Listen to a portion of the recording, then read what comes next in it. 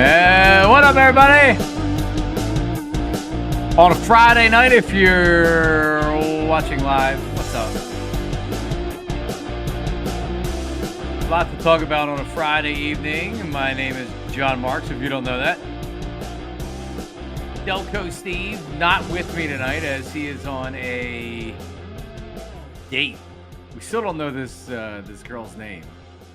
He hasn't shared it. And I'm not, like, I'll ask probing questions, but some of the things I need him to get there organically, and she watches the show, so he's kind of like, he gets a little goofy when I start asking him questions about things. So we'll see where it goes, but it seems like this may be the date that things start happening, when body starts smacking from doing the wild thing. But we'll see. It could be tonight. She does not like Herb. It's a good point, Vince. She does not like Herb. There he is, my neighbor. So who is Ford? Is this Kevin? It's my neighbor. I don't know who. Like my wife had said, like, you don't, like, we have neighbors that are watching your show. Like, you can't just say whatever you want to say. And then I'm like, but I was on terrestrial radio for almost 20 years saying whatever I wanted to say.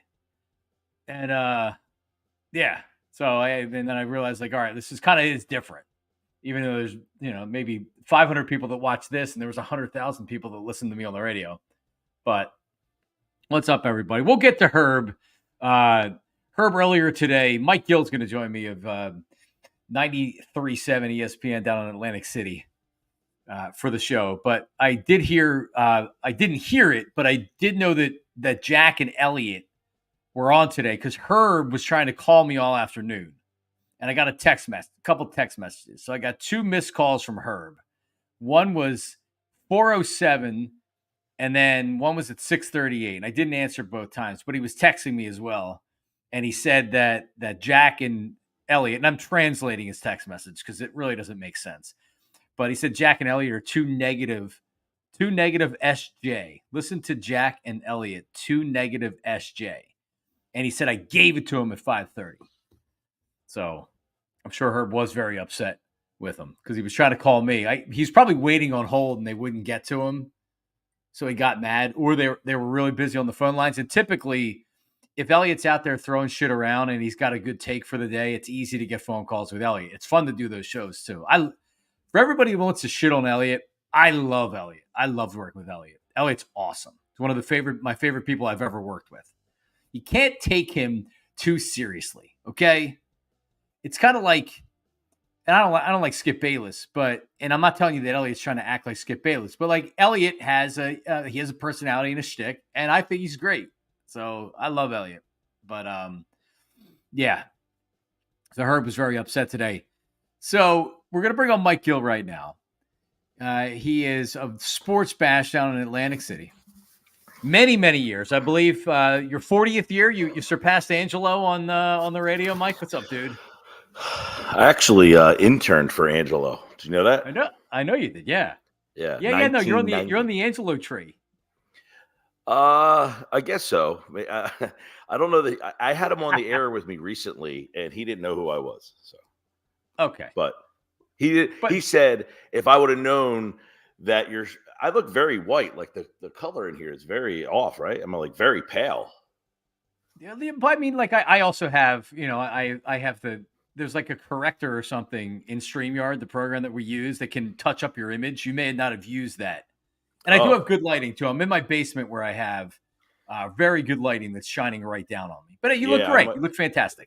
Thanks. So yeah, Angelo didn't remember me, but I will say I interned in 1998, and Joe Wechter did remember me. I ran into Joe and Rhea at spring training last year, and a couple of James Seltzer was my producer at the Fanatic. Yeah. Oh yeah. James is on my tree. He's on my intern tree. I claim him because he was my intern. Then he was my weekend producer as well when I worked with Sean Brace on the weekends. And I followed you guys. Yeah. Did you really? So yes, we were on that's right. You did. Yeah. You were driving up from the shore. Yeah, it's only about. I mean, it's not that big of a deal. It's like an hour, and my show was like noon or something like that. So sometimes you guys, sometimes like McManus, and they did like This Week in Pro Football would be on in front of me. Pat Callahan during football seasons. Yeah. So I would do that, but sometimes I had Seltzer. Devon Givens was one of my producers. I talked to all those guys still. I also, who was the other guy? I still talk to him. He still does like the Sixers games over there. Man, I can't think of his name. I don't know. He bought out some of the Sixers game. He emails me because he emails me the highlights of all the games.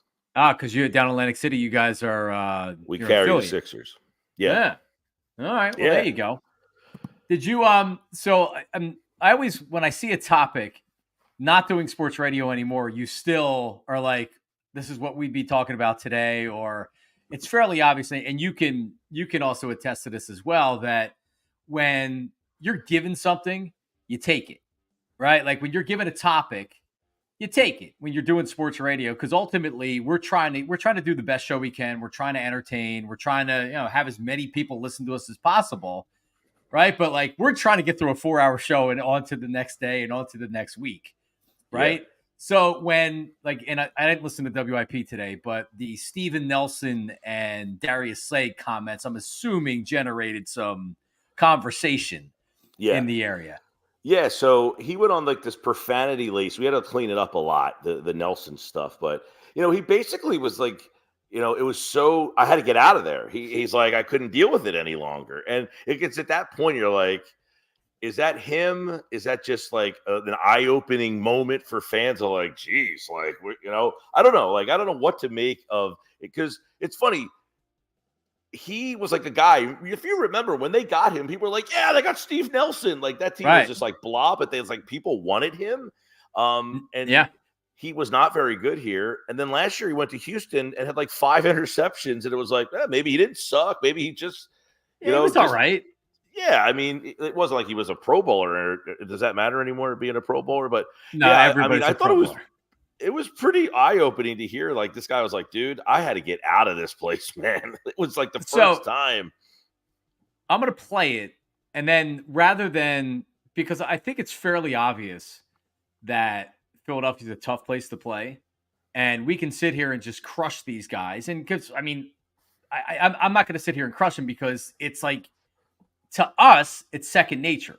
Yeah. We know what it's like to be in the city. We don't realize that other people didn't grow up in this environment or haven't been sports fans here for however long you've been a sports fan here alive, or if you moved here, whatever it is. But most of the people have been here their entire lives, and their family have been here their entire lives. But like for us, it's just second nature. Yeah. Right? Like teams getting booed going off the field at halftime because they're losing and they suck, or guys getting yelled at by their own fans in the stadium. I just thought this was people like, this is what comes with playing in Philadelphia. And I'm not going to apologize for it. That's the thing. I'm not going to tell you. And I'm also not going to tell you that everybody can play in this town. As you saw with Steven Nelson, he's like, mentally, I couldn't take it. But like, this is what Philadelphia is. I'm not going to apologize for it. When you lose, or when fans don't like you because you show lack of effort or you're a knucklehead, and I'll say in Darius Slay's case, because Darius Slay's a better player than the fan base probably gives him credit for, because he's got a big mouth and he never takes responsibilities. And he on Twitter, he's got loose lips everywhere. He's an idiot. He's an idiot. He's still a pretty good player, Darius Slay. Yeah, he's one of those guys that, like, he, as you said, he's a very good player, but like for some reason he's not as embraced as maybe you think he should be, because he does say stuff. I mean, he's basically not, we live in it. I love the fan base. Like, we don't have the jobs that we do. People don't care about the teams without the passion that we have. Like, you go to Tampa, they have really good teams down there. Nobody cares about the teams, though, even though the Rays are really good. The Lightning have won Stanley Cups, the Buccaneers, but they don't have the same type of, and without the people being the way they are, that's what makes this place unique. Like I always say, like, you might, whatever your style is, you can't say that Philly's any better than New York or Boston. They're all just crazy in their own unique ways. We love ours the most because we're there. I bet you if you lived in Boston, you would think that's the best. But, I think Slay is an example of a guy who's not thought of to be as good as maybe he is because he hasn't connected with the fans on that level that some get it and some don't, man. Yep, and he doesn't. You're right. You're so right. Like Bryce Harper, whether people believe that it's fully 100% real or not, like he has connected with his fan base, right? Like he understands the fans, and if you do that and the fans recognize that, they'll have your back. But that's not Darius Slay. Anyway, let's play it. Well, by the way, speaking of the fans, did you know when one of my roles at WIP as the intern was I was the guy who called the Dirty 30? Did I ever tell you that? You called them on the phone or you named them? Well, like when Angelo put together this Dirty 30, I was the intern, and they were like, listen, you need to call this group of 30 people and tell them they need to be at the bus at this time to go to the draft. So I was like, hey, this is MIke Gill from WIP. Just letting you know, you're one of the 30 people that have been selected to go to the draft. Dude, that means you're in the documentary then. I've maybe, said this before. I don't know, but there is, I'm telling you, there is it would have to be somebody local that totally understood it and like lived it, but of the Dirty 30 and how that happened. Because you look at the guys from the Dirty 30. First of all, started by Angelo, who is a genius when it comes to broadcasting and as successful as anybody in the city has ever been, and a Pulitzer Prize writer, and he gets 30 idiots to go up and boo Donovan McNabb, which we're never going to live down. It's going to be Santa Claus getting snowballs thrown at him and Donovan getting booed. And everybody's like, well, why was Donovan mad at the fan base? Why did he never like the fan base? Because he didn't have, he had the wrong mentality to have that happen to him. And the minute he got booed, it was over. He was never going to get over it, period. Yes. I mean, and I went to West Virginia, so I watched Donovan play a lot for Syracuse. They used to kill us all the time, and he was like, amazing there. And when I remember, because Ricky Williams was the other guy, right? And that's like the whole thing was they weren't booing Donovan. They were booing the fact that they didn't get Ricky Williams. Well, it just turned and manifested into this. And it's like, I remember that summer so vividly, so I interned there at WIP 5 days a week. I was an idiot. I showed up every day. From awesome. 10 a.m., I left at 3, and I lived at my friend's house in King of Prussia, and I worked at the Wall at the King of Prussia Mall. That's what I did at night. I went from WIP. Wall. Yeah, and I would go there. And then so I was like driving after this whole situation. I'm like, this is probably going to be something that like we look back on and be like, this group of guys just absolutely lambasted Donovan McNabb. And it does. Here we are in 2024 looking back, but it goes, I just thought of it when you were talking about how tough it is to play in this town. The guy gets booed before he even gets his basically name out of the commissioner's mouth. Yep. Yeah. Oh, well. All right. Let's play this and then. Oh, you come on that tunnel?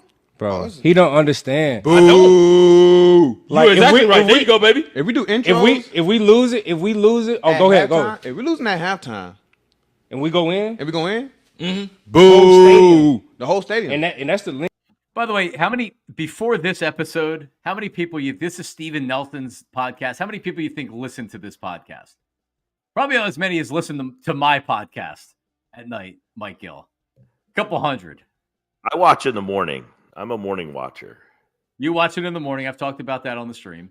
You watch it, but I mean, seriously, how many people are listening to this? All right, here we go. That bitch Meek and everybody. That bitch packed. Man, look here. That bitch packed. Look, Meek and everybody. Look here, everybody. it gets to a point one time. Have you ever seen a home crowd boo you? We get booed a lot. That's what I'm trying to tell you. Not me, but I've seen a home crowd boo. Who is the other guy? I probably should know this. You don't know either. The Steven Nelson's third guy? I don't know. I didn't get. Yeah, Steven Nelson's in the green and Slay's obviously all the way to the left. Yeah, the white. I don't know. Is that like the equivalent of like the guy who hosts like the Pat Bev? Like he's got like just a random dude. Who's the guy who hosts the Danny Green podcast? Some random guy dude. that just was like a guy. See, that's why I didn't know if he was a random dude or not. By the way, I didn't know that Steve Nelson had a podcast. Now I'm supposed to know the host. Yeah, I don't know. I didn't know. But right, no one knew. You can't see Mike D's there, huh, guys? No. We got our fans being the OC. run the ball. Yeah, I'm talking about the whole stadium. whole They stadium. get together. Whole They stadium. play mind games on the OC. Oh, They I'm had talking about. like they had like they part of the coaching staff. Look here, they'll run the ball. It could be a negative play. Hey, they go cheer for it. Hey, bro. Just because you say, because you listen. Hey, to bro. it. I said I learned quick. I said, oh yeah, I gotta get out of here. It's not good for my mental health. Go ahead. Like, I'm stressed out. It stress you out. Boy. I'm stressed out. I'm talking about because I ain't gonna lie. These probably the only fans that ever got to me before. That's what I'm saying. I'm not used to that, It's not gonna bro. be just somebody new all the time. It's gonna be the same one. Yes. And he go hit you about 30 times. They gonna sit in the back of the bench Right there. and they on your ass Every play. But big dog, He's terrible. What the fuck is he doing? You gotta hear that every play, even if you make a good play. I used to be like, it got to a point where like, and don't get twisted. I'm not no scrub by any means. Okay. But like, Yeah, I we just know that. hard on myself. Yeah. So like, it got to a point where like I'm playing against the fans type of And shit. you ain't even I ain't playing even yet. focused.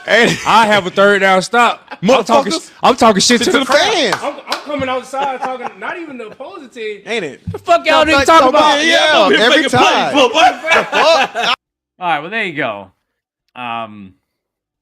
Yeah, it's Good insight. Yeah, I don't think that an average fan would realize that kind of stuff happens, and it happens. It's not happening to Kelsey. It's not happening to Brandon Graham or Fletcher Cox. It's happening to the guys like Slay, and it might only be a handful of guys. But I think here's what Eagles fans don't realize. And again, I'm not going to apologize for it. This is the way it is here. This doesn't happen? Maybe it happens at a couple other stadiums, but not many. Because these guys talk about it like they've never seen anything like this before. Right. I mean, Steve Nelson's played in like 3 or 4 different places now. And Slay was on a Detroit team that was never any good. I mean, maybe mediocre at best one time. I think he made the playoffs maybe once there. I can't imagine, though. Like, I don't know. Like, Detroit's a pretty rugged town. You're telling me that they're not brutal on those teams? Well, I think with the Lions, they're out just in Detroit. Are we ball? And got a little lag. Sorry, I coach baseball, and we'll go on like. All right, so and like we'll travel places, and we'll play like Iowa, Washington State, Minnesota. Like I'm like, our kids are the worst behaved by far. It's not close. Like what is wrong with like? It's not even close. We're like every team sits like all by themselves, like all 12 kids. They don't say a word. Our kids are all over the place. I'm like, what is wrong with our kids? And it's maybe just where we live. I don't know. Yeah, we're different in the Northeast. No doubt. Pat Gillick said this. Pat Gillick said this when I remember him saying it when he took over the Phillies, and he was talking about building a roster. And he said that you have to look at a player, and you're not just looking at him. If you were in Toronto, like he was in Toronto for many years, or if you're in Tampa, you're in wherever, if you're in the Northeast corridor, if you're in Chicago, perhaps, if you're in one of these cities where this is how we act, you have to ask yourself, what happens if this guy comes out and he struggles right from Jump Street? Look at Adam Eaton. Adam Eaton came in, he was spooked almost immediately. You get guys that come in here and that were good players before, and then it's like they're deer in the headlights when they come here. So it is important that you add the right guy. Slay's play hasn't been made. I don't think he's been affected. He hasn't been affected by it. He's been a very good player here. I'm just exhausted with him, with everything with it. I mean, like, well, yeah, he's still going to be an Eagle. It's everything. Well, and then remember, like after the Super Bowl, the whole like he was going to be he wanted to be traded, or he asked to be traded, or was going to search for a trade, and then he ends up signing. And I mean, it wasn't like that's the thing. It's like this guy's a really good player, and then the Super Bowl, like the trade thing, it's like get out of here. Who cares? Like it's almost like no, we can't lose Slay. The guy's not good enough, and people are like, I don't care. Get out of here. It's almost like what's going on with Reddick right now. It's that Reddick didn't have the year that he had the year before, and then this whole like he can seek a trade, and people are like we don't need him anyway. It's like how fast people change on you. And Reddick's a guy. I mean, he doesn't say all that much. I mean, I don't know that anybody. He doesn't have like a vocal. He's not like a vocal guy. No. I've seen him. He used to do the Players Lounge on WIP, so I met him and I heard him on the air a couple times. He's fine, but like I still like if I heard his voice, I wouldn't know who it was. Yeah, I have to actually see him say it. So you're right. he's never been like a distinct interview or someone who's been like that go-to quote after for a guy who, as his high profile on this defense that he is, he's not the guy that you go seek out. But yeah, and not to mention he's a local guy. He played at Camden and Temple, and like you would think like that's the guy, and it's not really him. But Slay, you know, you would have thought big play Slay, and just like he would have been this guy that everybody embraced, and it just hasn't really happened. Nope. All right. So Nope. we did this last night. So, and by the way, coming up in about 10 minutes, the dollar dogs are dead. And we have, I have a guy that is, he was sending me Instagram messages. He was trying to call in the WIP. I don't know if he spoke to WIP, but he said he was trying to get in all day because he's trying to, his petition's almost at 10,000 signatures, and he wants to take it to the Phillies and say reinstate dollar dog night. So he's coming up at 9:30. We'll talk about it for like 2 minutes before he jumps on with us. This has actually now become really, really interesting to me because I was happy when I heard that it was gone. I don't care one way or the other. I mean, I'm not going to the game for dollar dogs, but now you're getting $2.50 dogs. I'm not eating the hot dog at the Phillies game. I think I heard you. Was it last night you guys were talking about that? I said, you said that they're microwaved. I think they're boiled. Well, see, like, I think that when they have a really high demand, like for dollar dog nights and they're running out, they microwave them just to make them try to be warm enough to eat. Or really? They throw them in the hot water, like you're saying, for 5 seconds. I think they just unpack them and just like a pot that you would make like a lot of pasta in. They just throw them in there and just like. But a super duper big one. Yes, I just view these slimy hot dogs boiled in water, not long enough, and just them cranking those. I read something today that said the average hot dog night they sell almost 7,000 hot dogs on the average night. So what I saw one where they sold 9,000 or something. Yeah, it's a lot of hot dogs. Right. No, this is on the average night. I don't know what they sell. Right. They said Aramark didn't comment on what they made during dollar dog night, but I think this is a business decision because they figure people are going to say, give me 2 dogs. No, they're going to say, give me 4 dogs. And here's $10. So now you got $10. How many people were going to the window and buying $10 dogs? A lot of idiots. 20. No, they were literally taking a 20. I mean, because think about it, all right? A $20 bill these days doesn't go very far. So you're an idiot. You go down to the game and you get 20 hot dogs so you can throw them around. And the guy who's actually coming up, it's actually pretty cool. Him and his buddies would go. They've been doing it for 13 years. They'd go down to dollar dog nights, and then they would have a contest to see who would eat the most hot dogs. And last year, the guy ate 13 hot dogs, and he was the winner, or 12 hot dogs, and he was the winner. So it's like, like that's fun, but like, and I agree with you as far as the business decision. And I was trying to tell Delco Steve this last night, where if they could say, all right, if we sell $8,000 dogs and the profit margin is 50 cents a hot dog, or we sell a couple thousand less, but we're making $1.50 on each hot dog, you don't have the labor of cooking and bunning 9,000 hot dogs. Dude, 9,000 hot dogs? I know. And what drives me crazy is the thought of, not drives me, but like I read the quote from who was it, John Webber from the Phillies, who I don't know, but I don't know John Webber, but he said it wasn't just the fact that people were throwing them on the field. It was the lines. And I'm thinking, who is waiting in line for the dollar dog? Why? Why do you like? If I'm going to a Phillies game, like I don't go to as many games as I used to, but when I go to a game, that's like my day to be like, I'm having the best that the ballpark has to offer. I'm going to like 1 or 2 games. I'm getting like the best food that they got here. Yeah. Oh, dude. Literally, if they were free hot dog nights, I probably wouldn't eat them. They're disgusting. I'll tell you what, though. Yeah, and the 2 games, it's like April 2nd and April 16th. So obviously, the one they're playing the Reds, and I don't even remember. It's like an American League team, I think. But and it's in April too. So it's like I'm going to stand in line in the freezing cold for a freaking dollar dog. I don't get it, but. I love it's not Pagan coming on, is it? I mean, he is all about that. No, it's not. No, he's insane with it too.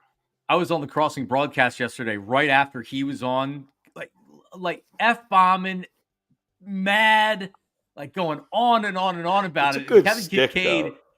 it is. Kevin Kincaid's like, you can just, he's got like a shit-eating grin on his face, and he's like laughing, but also trying to pretend to be like a serious journalist. You know what I mean?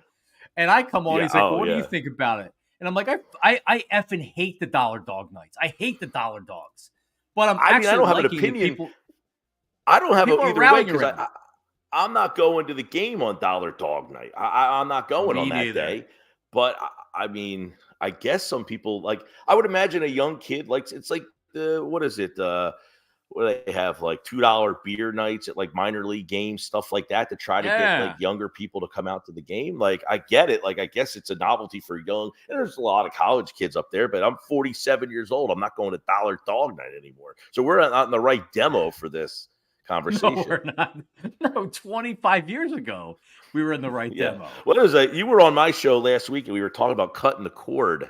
And people were texting in like, you got two guys near 50 talking about cutting the cord. Yeah, I won't give up Comcast. Yeah, you gave up traditional cable. I can't even imagine. Like what happens what happens though? Nothing. Will I be able to get all my channels still? I don't know that. Yeah, I have YouTube TV. I just watched the Sixers. I'm going to flip over to see if the Flyers are still on or whatever. I mean, I get every channel. All right, so what does it cost you between internet and what you pay? Because my Comcast bill is like $260. Oh yeah, I was like $260. In fact, I made a big decision today, John Marks. So I'm going to London for the Phillies. All right, doing the London trip. Yeah. Anybody in the comments section going to London? I'll be over in London, and then because I cut the cable, I'm saving $260 a month, and that money's going towards Brazil. So you're gonna go to Brazil? I think we're making the decision to go to Brazil. Oh man, start your own travel group. Well, I talked to Vince from Philly Sports Trips today. I called him, and we had a good conversation. And I feel pretty solid that because you know what it was. It's my girl. So the game is in Sao Paulo, and she's like, I don't want to go there. If I'm going to Brazil, I want to go to Rio de Janeiro. Well, the trip with Philly Sports Trips, you go to Rio for like 4 days, and then you go to Sao Paulo for the game on Friday to watch the game, and then you leave. Yeah, and that sold her. Oh, all right. Well, just look out for hepatitis in the water or whatever is going on then. All right, I'll tell you, though, but this is all stemming from cutting the cord. So you're saving the extra money.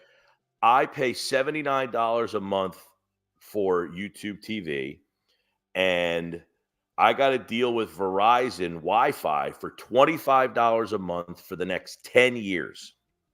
You signed a 10-year contract? No, that was the deal. It was 25. Yeah. And I have a non-compete clause in that too. I have a non-compete clause. I can't get out of that deal with the Verizon Wi-Fi. So I can't switch even if I want to. That's funny. All right. Well, so you're spending you're probably saving like $125 or so. $150 a month. And YouTube TV is great because like the TV in my living room has it built in, but like if your TV doesn't have it, you get a Chromecast. The interface of the Chromecast is fantastic. And so when I go to Clearwater, I'm going to Clearwater for spring training in like 2 weeks. You bring the Chromecast with you, and you get all the Philly channels while you're in Florida. So you can watch the Sixers if you're like sitting at home, or the Flyers or whatever. You can bring your home channels wherever you go with the Chromecast box. Wow, look at that. That's awesome. Yeah. All right, well, let's talk about. Yeah, you can finish. No, I was like you, man. I was like, I can't imagine. Like we had Comcast in our bedroom. I was an idiot. We're paying for YouTube, Comcast, Wi-Fi from Comcast, and Verizon. I mean, geez, I was taking money and lighting it on fire. You think I was making WIP money, man? I'm down here at the shore struggling away, and I'm paying for everything. But we had the Comcast in the bedroom because I was like, I don't know that I can not go with regular cable. But I actually got to the point where I was like, this cable's too slow. It's lagging. The YouTube is legit. You can go YouTube. You'll be fine. All right. Well, so a lot of people up in arms about Dollar Dog Night being dead. And there's nobody more angry, and he's doing something about it. His name's Christian McGovern, who has started a petition to get the event back. And he's right on the doorstep of 10,000 signatures, and he joins us right now. What's going on, man? How are you? What's up, John? How you doing? We actually just surpassed 10,000 right before I came down here. 10,000. So how can people that are dollar dog enthusiasts, how do they, because I mean, your goal was 10,000 originally, but why not get to 20,000 and really have something to give to John Middleton? How can they find the petition? I didn't have a goal, to be completely honest with you. I got the news yesterday, and I was quite pissed off, and I was texting my buddies, but I get done work pretty early, and they were all working still, so I was like, you know what? I got to do something about this. And my girl sent me the petition thing because I was going to go out there old school pen and paper down the stadium, and she set me up with that change.org thing. I figured that out. And I didn't have a goal. I just figured, if I get 50 people to do it, like it'd be funny for the day. And it kind of blew up. And I got 10,000 as of, 15 minutes ago. So, yeah. That's unbelievable. By the way, I see. This is you on Twitter, I guess. He has 5 followers on Twitter. 5. I just got on Twitter today. 10,000 people with 5 people follow. That is a accomplishment in itself, don't you think? Yeah, I'm not a big social media guy. I'm a normal dude. I go to work. I come home. I go to the gym. I like my dollar dogs. So hold on. So you got 10,000 Twitter followers in a day? No. 10,000 signatures. He got 10,000 signatures. Well, I thought you meant 10,000 people followed him. Well, see, listen, he's so followers. Mike, he's so passionate about it. He was ready to just go and start and hit the streets, like grassroots. Let me knock door to door to try to get signatures. And now look at him, 10,000. I still am. I'm going out Monday night. Flyers have a dollar dog night Monday. You'll see me there. Wow. Flyers just gave up a goal, by the way. Yeah, I got it on 5-2. What's Cal Peterson back? Flyers gave up five unanswered. They were up 2-0 to start the game, but all right. So tell us why you're so passionate about the dollar dogs. I mean, like me, for instance, and Mike had said this before. We're probably in different demos to where 25 years ago I would have been. I would have had hot dogs coming out of my socks. What do I care? Well, how old are you? Get 20 hot dogs. dogs. 25 years ago, you probably would have had a good time. I'm 29. Right. Okay, no, that's what I'm saying. I would have had a good time. Yeah. But now we don't go to the dollar dog nights. We got, I go at 4:05 on a Saturday afternoon. But why do you love the dollar dog so much? It's for me, it's a tradition. Me and my boys, we've been going every year for 10 years. So one of my closest cousins, he grew up out in Chambersburg, PA, kind of out in the middle of kind of south of Harrisburg. So when he graduated college, we're similar ages. He moved here to Philly, and we started going to dollar dog nights together, and that was about 10 years ago. And then it slowly grew. A couple of my good friends started going, a couple of his good friends started going, and it just became a tradition. Every year, it's a guy's day out. We don't bring any of the girls. None of the girls are allowed to come. It's a guy's day. We go out, we tailgate, get there a little early, and we have a hot dog eating contest. And every year we try and top the last record. And last year the record going into the game was 11, and one of my buddies ate 13. Oh. And I don't know if you were aware of this. I was kind of in the thick of how the food fight started. So it was unintentional, but I played a major role. All right, well, tell us. All right, so like I'm saying, my buddy. Breaking news that the man started the hot dog throwing the You're hot responsible dogs. for your own demise, McGovern. You are now responsible. That's why I'm getting it back. For the thing that you're trying to bring back. That's why I'm getting it back. So, like I said, we have the hot dog eating contest every year. My buddy ate 11 hot dogs 2 years ago. The kid's an animal. So last year he's going to go for 12. And that's a lot of hot dogs. I don't know if you ever ate 12 hot dogs. Doesn't feel good. It's not easy. Not everybody is Joey Chestnut. So does he eat them? Does he eat them with toppings? Like, he's not dunking them in water like the professionals do. He's actually eating them. He's dunked one in water over the course of 5 years, but usually he goes ketchup relish. He's a ketchup relish kind of guy. Sometimes he goes mustard. See that, man? I actually met him. Chestnut. I met him in Atlantic City a few months ago, actually. Him and there was a midget impersonator of Donald Trump. I got a picture with the both of them. Great all-time picture. I literally So- I just so ran into anyway- him in Vegas at the Super Bowl. Yeah. All right. So anyway, so we're sitting at section 113, first base foul line, and my buddy's got about 10 hot dogs down, and he's starting to really struggle. So I'm trying to hype him up. I'm trying to get him going. He gets 11 hot dogs down, and he's at his record, so he needs one more to break the record. And I'm a pretty loud guy. I'm pretty outgoing. I don't really care what people think about me. So I stand up in front of section 113. And mind you, the Phillies are losing. Luis Ariz is hitting for the cycle. It's Right. the first year with the pitch clock. We barely saw the game because of the lines. I do agree with the line thing. It is crazy trying to get a hot dog. What I do is I go to the kitchen where they come out of the kitchen, and I grab the hot dog guy right there. I hand him a 20, and if he gives me 10 hot dogs, I'm happy. I don't actually pay $1 for the dogs. I always tip. I end up spending $60 for 20 hot dogs on average. Right. So so I stand up when he's getting his 11th hot dog down, 12th hot dog down, and I get the crowd going behind him. I'm rallying everybody. I'm screaming. I'm like, yo, my buddy, I'm not going to say his name. My buddy is going for the record, 12 hot dogs. The Phillies are losing. No one cares. So the crowd gives him a little, people are cheering for him. He gets a 12th hot dog down, and he's you could see in his face, he's just sick. The kid is just sick. So he gets the 12th hot dog down. We're all celebrating. We're going crazy. I ate 9 myself. Another buddy of mine ate 9. And then we got two other guys with us. They ate like 5 and 4. Like, come on. But so he decides to go for 13. Right. And we're in like the 8th inning. I've got like a 3-inning old hot dog. And I'm like, Rye, you got to do this. You got to go for 13. You got to go for it. And he's hesitant. He doesn't want to do it. I, again, get the crowd behind us.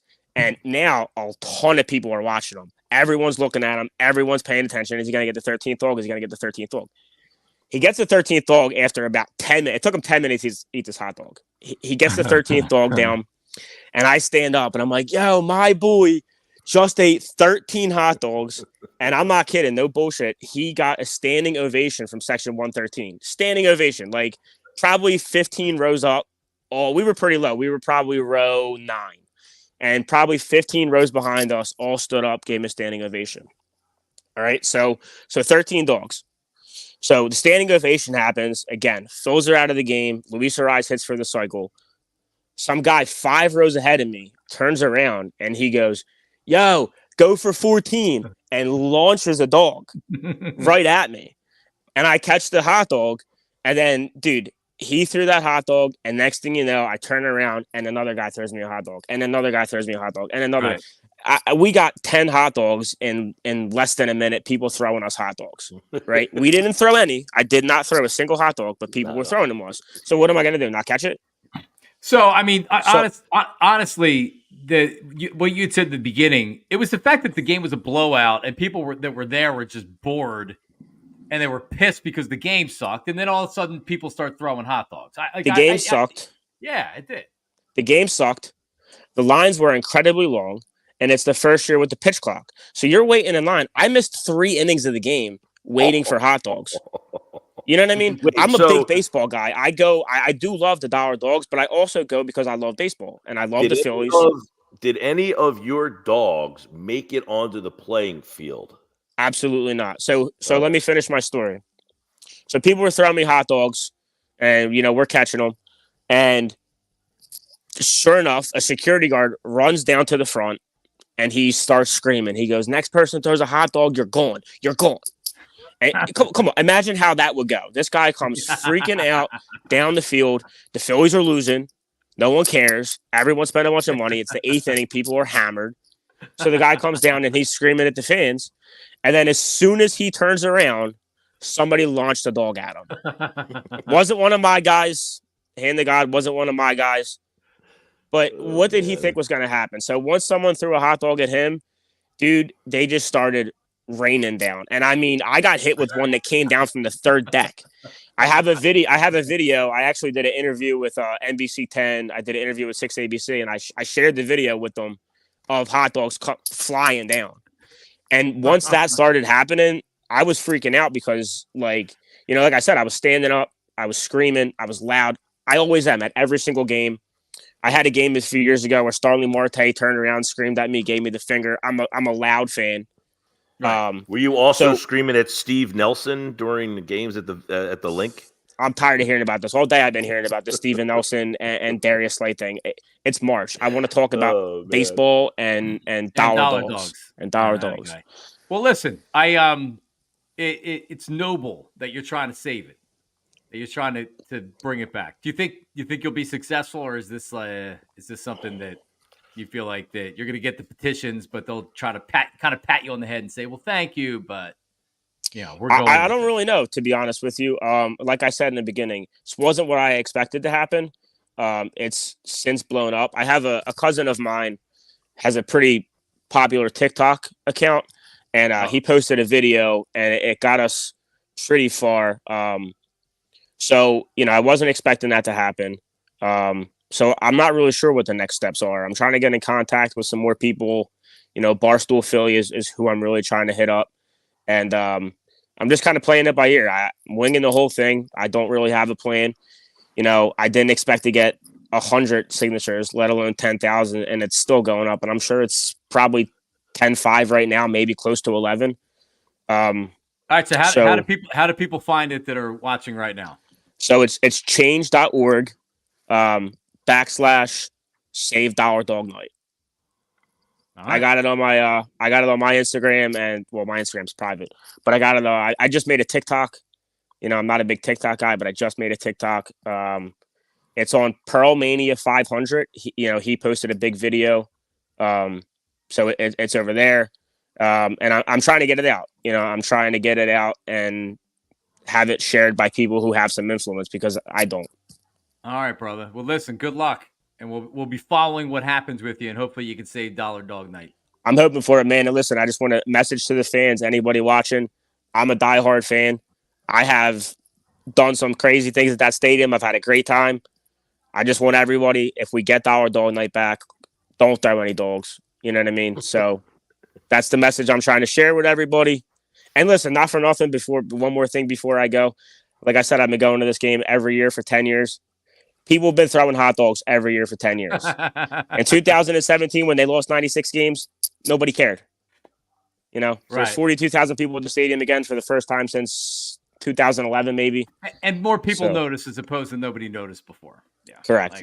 So, I'm trying to spread the message, man. All right, brother. All right, guys. Yeah, have a good night. See you. There he is. Good story. By the way, he's 29. 27 years the Dollar Dogs lasted. He basically lasted his entire life. It's all he knows. So that's how he knew. 2 years old, his first Philly game, they were like, how many hot dogs can this kid eat? It's unbelievable. Like the guy turns around, fires a dog at him. Eat 14 dogs.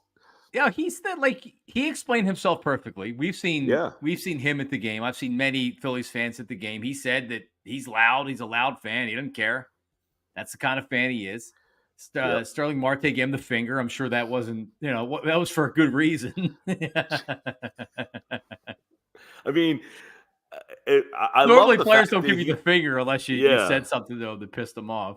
He wore like a sheet of armor, man, like right on his sleeve. I'm the guy that gets the finger from the players, and I don't care.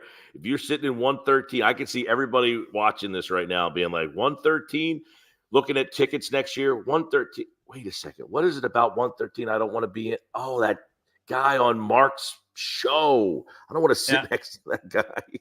Yep. Or maybe you do. I don't know. Maybe you do, but good luck to him. I like the fact that he takes that it's a tradition with his buddies. The women aren't allowed to go, which I also appreciated about that. Yeah, that part's good. Yeah, that part's. You don't always have to take don't always have to take your wife or your girlfriend out. Guys are still allowed to do their guy things. Yeah. I don't know. Does your wife like going to the games at all? I mean, like yes and no. I mean, we'll take the kids to a game or two, but she wasn't. Our first date was actually to an Eagles game, but that's like not. She's not. See, she's just enough of a sports fan where she's not stupid with sports. Like she knows what's going on for the most part, but she doesn't follow it. So, because the last thing that I would want is somebody that's trying to, is trying to debate me on a sports topic or something. This huge Right. sports fan. I'm like, I'm cool with that. I don't need you telling me Jalen Hurts is going to be a franchise quarterback. Yeah. Well, When I yeah, say my no. girl's not like talking about off-season free agent moves or anything, but she likes being in the build. Like she likes, she's going to spring training. The Phillies, we went to the game last year, the game where Stott hit the grand slam, and like she appreciated that. She loved Fenway. When we went to Fenway a couple summers ago, she really liked that. She loves Sixers games. We go to a lot of Sixers games. I haven't been to an Eagles game in a long time. I'm out on the Eagles games, man. Me too. Yeah. Yeah, it's because we're old. We need to start a podcast where it's like the grumpy old Philadelphia sports fans. Because I'm with you. Dude, it takes too long. Like, first of all, I don't need to be drinking for 3 hours and then go into a game, right? And I don't mind that. And the nonsense that it is to get into the city. But then like it takes 2 or 3 hours to get home. I mean, you're all the way down at the shore, but just to get the freak out of the parking lot, I'm out. That's one thing. That's a whole hour discussion in itself, is the ineptitude of getting out of all of the parking areas in Philadelphia. Like, how can it not go smoother? You've done this for eternity, and you haven't figured out a system to get people out of that in a timely fashion. They've been in South Philly since the early 70s. I don't get it. I guess it's just it's too many people leaving. Me as you're talking to me. This is pretty crazy. Well, our buddy Doug is also on the. Yeah, I looked at my watch and it was like John Marks, and I'm like, I'm talking to you right here. All right, so I did this last night with Delco Steve, but Yeah. I wanted your opinion on it, because we have we don't know where the games fall. We're pretty sure that the opening Friday night's it's a Friday night game too. You're gonna be there in Brazil against the Browns, right? And that's Sounds a like home game. So you don't have the 9 home games. You're going to have the international game as your home game. I don't care about that. I think it's awesome that they're playing in Brazil. Yeah, me too. They really, really cool on a Friday night. I think it's awesome. And I'm trying to be like, when I look ahead to next year, I'm trying to be objective in saying Howie normally does a really good job of turning over the roster. And there's not a lot of down years for the Eagles. They'll have the 1 year where they're down, and then Howie fixes it pretty quick. But they were only down for half of a year last year. Yeah. It's not like the last year Doug was here and they won 4 games and they were like, wow, this team's shit. So I'm trying to figure out, is it somewhere in between of what you saw in the beginning of the year and the end of the year? Or does this team have real issues with their head coach? Like, part of what I saw at the end of last year was the head coach didn't have any answers. And now you brought in the new offensive coordinator, which means he's really doing he really doesn't have his hands into anything. So, did you notice he spoke the other day? He said, when I hired Kellen Moore, like, he went out of his way to say, when I hired Kellen Moore, it was with this in mind. So, no, I'm actually, I hear what you're saying about, like, the Eagles in like the last 24 years have had like 5 losing seasons. I mean, and you would think the way the fan base acts sometimes, as if like they've been the Detroit Lions. No, they're an elite NFL franchise. They've made the playoffs 6 of 7 years. They've been in 2 Super Bowls and won 1. Absolutely. So I don't have a lot of complaints with Howie Roseman. I know he has been the most polarizing guy. I mean, there was a time that he was probably the most hated sports figure in the city, and there wasn't even a number 2. Like, it was Howie and then Roseman. Like, Howie was 1 and Roseman was 2, and Fire it wasn't Howie. close. Yeah. So we had a sign. Someone put a sign up across the street from the WIP studios where we could see out of the window, and they had to climb up on 76. This is over the river, and they spray painted a sign that said "Fire Howie" in orange. To where, like, I looked out the window one day, I'm like, does that say Fire Howie? And it's just like, they obviously put it there for us to see. And no one ever took responsibility for it, but they did. And it was up for like a year. That's awesome. And then they go to the Super Bowl. Yeah, I mean, exactly. And then he wins the Super Bowl. And then, of course, it's Howie's season and everybody. And now it's like kind of getting murky again. But look, all signs to me, John, point towards them making the big moves and like Howie being like, all right, I'm not standing for this. Like, let's do something big. They bring in Fangio. And I don't think they're just going to make Fangio work with a bunch of dunces. Like, he's not getting Eli Ricks and, Kaylee Ringo and like, hey, figure it out. They're going to go get him some stuff. Yeah. So I'm in the cab. And by the way, the NFC, there's not those established quarterbacks there. The Eagles have one. I mean, they pay $250 million. They better have one. So if you have one of those guys, you've got to be in play for deep playoff runs. And I think they're more on that level. So you think Hurts is that guy? That's too long. That's too long of a pause, MIke Gill. I know. It's like, I didn't want to, there was a guy on Twitter that used to just come after me. And I was like, I'm okay with giving Hurts another chance. And he wanted like Russell Wilson and Deshaun Watson or draft somebody. I go, no, I don't need any. I saw enough in 2022 to give the guy another shot. And then he did what he did in 2022, when he was 2023. I was like, okay, like we found the guy finally. And then last year he was good, but not great. I mean, he fell off in that last stretch. We weren't saying that after the Buffalo game. We weren't saying that after the Kansas City game. They fell apart at the end. I'll tell you where I stand with them. Are you surprised that we haven't heard anything about his knee? Like, he didn't get anything done to the knee or nothing? I mean, I've heard a lot of people talk about how he was banged up, and exactly. I'm not telling you he wasn't banged up, but I mean, did that really affect his play? By the way, I don't think Jalen wants to run as much as he did 2 years ago.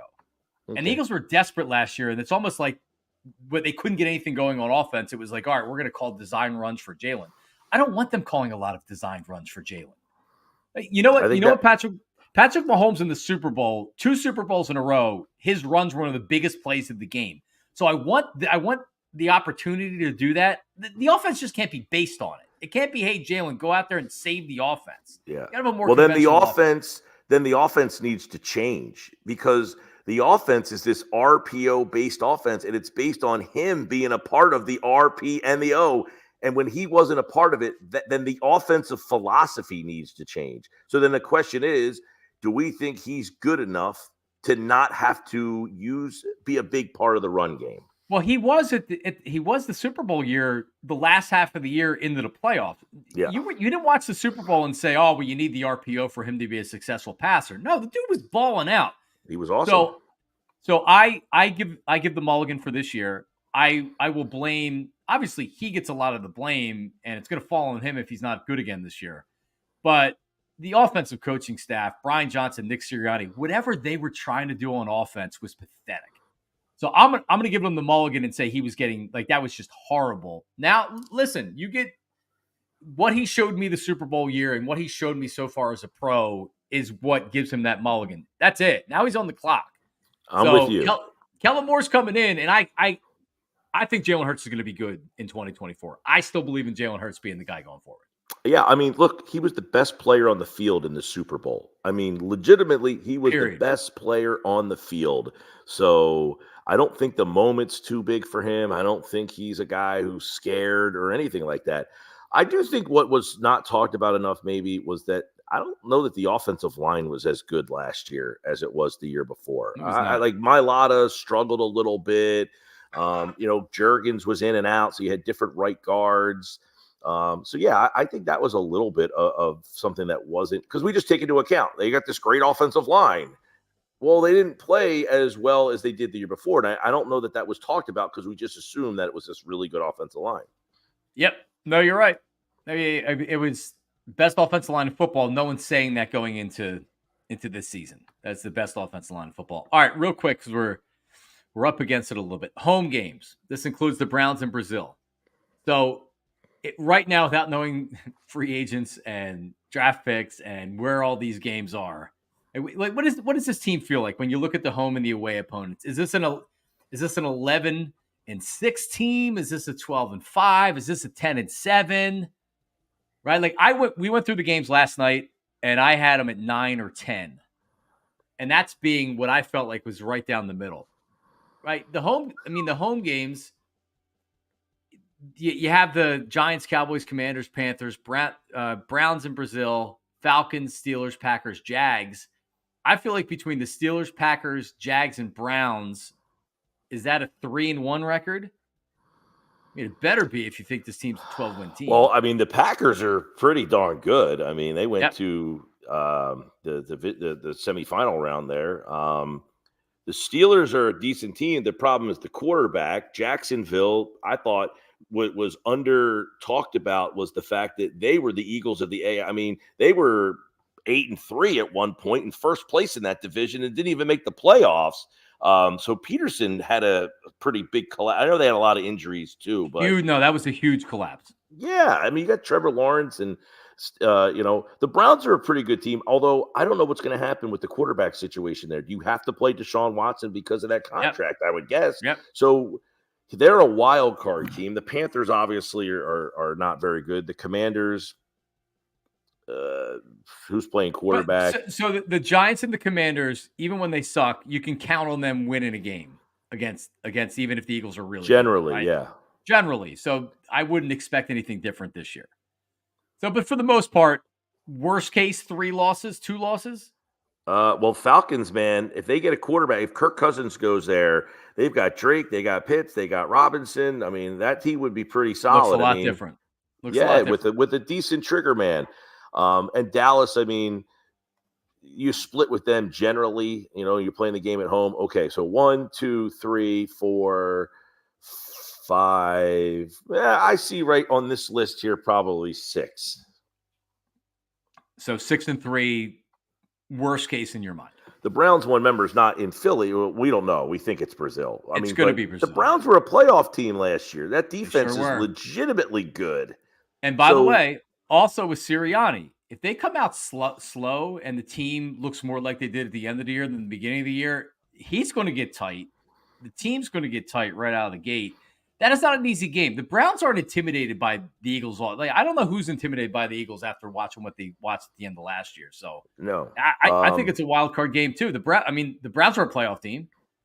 There is 2 games, 2 of these games that you would think that you're a legitimate, the better team. Now, the Giants and the Panthers. The Commanders always give you problems, whether you're a really good team or not. They generally, and I think the Commanders, they might have Caleb Williams playing quarterback. They've got a whole new staff, a whole new vibe down there, so you don't know. But the Giants and Panthers are the only 2 on this list that I think you would say you are a legitimate favorite in that game. Now, you'll be a favorite because you're at home, but I'm talking about that you feel strongly about. Right, for sure. All right, away games. Yeah. We had the division. Ravens, that's tough. Bengals horrible, Yeah, Bengals is tough. Rams, man, Sean McVay's such a good coach. 1, 2, 3. It's a rough one, man. Game. That's a tough game. The Saints, I don't like the Saints. That's a tough place to play. Yep. Eagles have struggled down there. The Bucks, I mean, I've been to Tampa multiple times where they've lost games down there. So it's a rough road schedule, man. Ravens, Bengals are going to be much different with Burrow back. I mean, they basically fell apart when he left. All right, so between Ravens, Saints, Bucks, Bengals, Rams, that's 5 games. Can you get away with being 2-3 in those games? Because if you're 6-3, no, you can't. No, because you're right. If you go 6 wins on the home and you get 2 on the road, you're only at 8, and that's not good enough. So, but that's between those 5 games. So schedule, man. So let's say they go. I don't want to say 1-2 against Cowboys, Giants, Commanders. Let's say they go 2-1 in those 3 division games. All right. So that's 2 wins. Let's say Ravens loss. They split Saints and Bucks, and they split Bengals, Rams. That gives them 2. That gives them 4 wins. 4 plus 6. So that's how you arrive at 10-7. Yeah.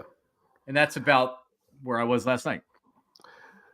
Yeah, so you had a night to try this exercise out. I didn't exercise since I've been in high school, so this is tough. The Bengals game is tough because you don't know where it is. A lot of the stuff, obviously, it's where it is. But I mean, in terms of where it is in the schedule, it's in Cincinnati. Yeah, sure.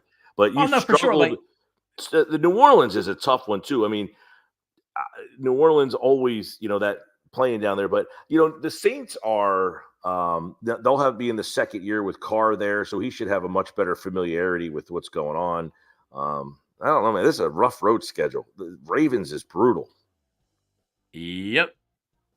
Yeah, it sure is. No, and like you said, with the roll of the schedule, remember at the end of the gauntlet that we talked about, Seattle was the third. It was the last game of that, and everybody was, because you look at the team, and most Eagles fans were overconfident. It's like, oh, I know they've been struggling a little bit, but they'll beat the Seahawks. That is a difficult place to win. It's a difficult place to play, and the fact that it was tucked where it was, if you play three road games in a row, and you look at stats of teams that play 3 road games in a row, that third road game is always a lot tougher than you would think if it was a standalone game. So you got to see how it is. Yeah, and the funny part is, like, you look back to everything. It's like you beat the team that won the Super Bowl. You beat the team that was in the AFC Championship game in back-to-back weeks. One of them was on the road, by the way. You beat Dallas. You beat Miami. And here we are looking at a schedule like, how the hell are you going to beat the Saints? Like, that's what happened to this season. And it's still – we're into March now. It's March, and we still are like, what the heck happened? Pretty crazy when you think about it. Like, there is no definitive feel or answer to how the hell that season ended the way it did. Nope, which is very unsettling. It's one thing if your quarterback goes down and you have a bad back of Marcus Mariota's running around. It's like, oh, he sucks. That's not what happened. It is. MIke Gill is the host of the Sports Bash, 2 to 6 p.m. on 97.3 ESPN. He's also the brand manager for the station. And you were the 2009 New Jersey Sportscaster of the Year. Is that true? I guess so. Well, where you been the last 15 years, man? You've been on a drought since then. Have you not applied for the award? Or? I've been up for the award. I was up for it again this year. And, really? I'm up against, like, the guy who's the play-by-player for the Devils and, like, Oh, man. Yeah, like, professional, like, play-by-players win it a lot. Chris Carlin has won it for he's the voice for Rutgers. Yeah. He's so, won it multiple times. Yeah, so I'm up against, I'm like up against some real tough people. Yeah. I'm just kidding. I've never won anything. No awards. When they come out with the rankings, even though we had one of the highest ratings for an afternoon show, or the second highest ratings for an afternoon show, we didn't get proper respect in the Jason Barrett rankings. We actually just had one of our biggest books ever. We were number 1 in afternoon drive again, but this was like one of the biggest numbers we've ever had. You would think, like, I'm the same guy. How does the numbers keep, like people like me more or less? I don't know, but I'm interested always because, and I see some people commenting very nicely, but when the people drive from Philly down the shore in the summer, like, do they know, or do they switch over? Like, are there's like the summer people like, oh, this is my summer station? Because you're like, WIP comes in, it's like iffy, I guess. Right. Fanatic doesn't come in at all. The AM would reach the shore, but the FM doesn't. It doesn't reach as far, and you start to lose it as you get closer to the shore. Honestly, right. my when I was on with you last week, my buddy texted me who's got he's got a condo in Wildwood Crest, and he's not a social media guy. He just happened to hear me on with you. Like, I don't know if he was driving around or whatever, but he texted me like, hey, I'm listening to you on with MIke Gill. So people that are down there enough know. I was when I was at the Super Bowl in Vegas, there was a guy standing at these slot machines that were like right next to where my table was set up on Radio Row. And I was like, oh, we got these slot machines. They're, right to our right. Well, the guy who made the slot machines, who designed them, his brother was listening. He lives in Linwood, which is where I grew up. And he was like calling him. He's like, yo, they're talking about the slot machines on the radio. So some guy in Vegas that was standing there, his brother was in Jersey listening to the show and called him out there. And the guy came over. He's like, oh, my brother was just listening back in Linwood. So, yeah, it's, we have a 50,000 watt signal. Our signal's pretty big. Like, we hit down to Ocean City, Maryland. The entire state of we cover the entire state of Delaware. Ocean City, Maryland is like about the south we go. We'll go up to like Tom's River, and then pretty much the 8 South Jersey counties. So the main point is that when you go down the shore, you should listen to 97.3 FM Yeah. and the Mike Gill Show. Before we get out of here, did you see this? I think it happened today. It was an ESPN 1000 reporter in Chicago. I did. You know what? I saw this right before I came on with you. I did too. So I'm going to play it right now with you because since you're being a fellow radio guy, I'm trying to get the background for it. So her name is Courtney Cronin. Courtney Cronin. Yep. She was a guest on ESPN Chicago's Cap and J Hood morning show. Discuss the Bears and presumed first round selection Caleb Williams. Let me tell you this about ESPN 1000. That like there's 2 a.m. stations in Chicago. One's The Score, that's the sister station to WIP, and then there's ESPN 1000. The Score has higher ratings. ESPN 1000 has like they have to play national programming because at one time it was owned by corporate ESPN. Yeah. So they play national programming. So it's not a great station. It's an AM station. But this is how much of a nerd I am. You can get ESPN 1000 when I used to drive home from work on 76 in the summer when it was clear. I would surf the AM dial, and you could get ESPN 1000. Yeah. You could get The Score in Chicago. I would get a sports radio station in Cincinnati. I would get a talk station 1100 AM, which is they have the Guardian games, I think, but it's a talk station. And then what else did I get? Oh, Bob Golick, Mike Golick's brother, on a station in Akron. Yeah, I remember that. pick up there every once in a while. So there you go. Yeah. So are you playing this audio? Yeah, hang on a second. Because I saw the video and I'm trying to I think I know what happened and why she did this, but I was trying to see what you go ahead and play it. All right. Well, here it is. So yeah, here it is. Courtney Cronin with Cap and J Hood on ESPN 1000, Chicago's home for sports. So they're coming back from break. Courtney Cronin is with us from Indianapolis at the NFL Combine, and she joins us on the Home of the Bears ESPN 1000 on the hotline. That'd be the Car-X hot And on. Rattle, rattle, thunder, clatter, boom, boom, boom, boom. Good morning to you, Courtney. How are you? I'm great. How are you guys doing? We're doing great. Thank you very much. We were able to play some of the sound from Caleb Williams in his press conference. And Indianapolis, what did you glean from the conversation? He's incredibly confident, right? You guys said that as much as we did. It was an incredible display of people that were there watching and everything else that kind of unfolded. All right, fuck this. All right, we'll put it on hold, and we'll get back to Courtney in a moment. But Cap, again, you think about what Caleb Williams had to say. First of all, well, there you go. Yeah, probably not the best thing to do. Cursing on your airwaves, dropping the F-bomb on your airwaves. I mean, I've been frustrated with. I'm just not sure what she was thinking. Like, did she not think she was on the air, or? I mean, yeah, that's what I said. Like, obviously, it sounded like she had feedback, right? Like, so a lot of times when behind the board, for people if the producer has the audition channel pushed in, feeding into itself, you get the feedback. Yeah, you'll get the sound and you'll hear yourself double. So it's like Mike, and then it is a little jarring. It's echoey. Yeah, it's echoey, and people who aren't but she should be somewhat used to it, or by the way, I'm not sure what they heard in the studio. I'm not sure what they heard in the studio, and it didn't go on very long. But I would have been on top of that right away. I would have been like, hang on a second. Let's put her on hold. Hey, Larry, can you figure out what's going on with her phone, and we'll try to get back to her in a second. Well, and normally, my producer, you'll be able to hear it, and he'll come running over and try to fix my board and looking at everything. Because a lot of times, if I'm on remote, and I'm on remote in the summertime, in the football season a lot, and there's a little switch, it's up or down. If I'm on remote, it's supposed to be up. If I'm home in the studio, it's down. Well, if you forget and keep it up, and that first guest that comes on the next day gets the feedback, and you're so I know to flip that thing back down. But I don't know what was going on here. I don't either. Let's see. The guy handled it well, Hood. Yeah, he did. Well, I mean, you move on. You can't, because it's going to be dumped. So the audience isn't.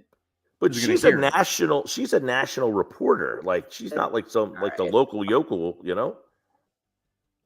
She must not even thought they were on the air. I don't know. I mean, I would have done the same thing as far as like this isn't working. I got to be put on hold or whatever. But like, Well, guys, it's not if she working. didn't think if she didn't think she was on the air, she just took her headphones off and said, "F this, I'm not doing it." Like you would think, "Hey guys, like I'm getting feedback here, right?"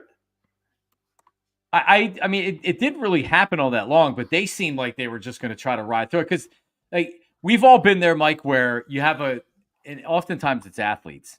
They're on their phone. You're trying to do an interview, and with cell phones and the reception, you lose it for like 3 seconds, or it's cutting in and out, and you're trying to decide, all right, when do I pull this? Oh yeah. When do I say, hey, hang on, let's try to clear up your line or whatever? Then you bring them back on, and the same thing's happening, and you're like, all right, do I just say good? Because at that point, I don't even want to do the fucking interview. Right. You know what I mean? Like I'm out. Yeah. You're absolutely like there's that balance of like you're sitting there and like you can hear it breaking up or they're gone, and you're like, all right, where's the point of like I need to say something or I need to like tell my producer to like hang up and get him back on. Right. Because then when you're about to say it, then all of a sudden the line will clear up and they'll be good for 30 seconds, and then it'll go again and be like, all right, like we got to put them on hold. Yeah, it's very, but she, like I don't know why she didn't say, guys, I'm getting feedback. She just ended the conversation. Like, where was she going? And said the F word on the air. So, all right, well, there you go. Hey, Mike Gill, it's been fun, buddy. Yeah, I actually, I'm just sitting here. My girlfriend just got home. She went to Home Depot. She's like your girlfriend. She does a lot of crafts and she's making stuff and selling stuff. So she had to run to Home Depot and she just got home. So this timing worked out good. All right, good. All right, well, have a good I weekend, hope man. people enjoyed it. Yeah, Mike Gill Show. Follow him on Twitter and check him out. You can easily listen to Mike on there's a 97.3 app, or you can just go to the website. Yep, you can download the app. It's free. It's a pretty good app, actually. I got to give it some credit. The app is pretty good. You can listen on the website, and hopefully more coming. And we're doing a lot for the people. If we're giving away a trip to Baltimore to go see the Phillies play the Orioles, we're doing a watch party. You ever been to Maynard's in Margate? No. So Maynard's in Margate, one of the legendary bars down the shore. We're going to watch Phillies Braves opening day. And we're going to give away the trip to Phillies Baltimore to go watch down in Camden Yards this year. Wow, that's awesome! Yeah. What a great ballpark too. So that's we're kind of leaning into that. That's my next couple weeks here. All right, dude. Listen, have a good weekend. I'll probably talk to you this week on the Mike Gill Show. And yeah, I'll hook up with you, of course. Absolutely. All right, buddy. All right, there he is, Mike Gill. Everybody, I look so pale. I look so pale. I'm probably scaring people. Well, go to the tanning salon. Go get some sun. All right, there he is, Mike Gill. Everybody, subscribe at John Marks Media, YouTube, and everywhere else.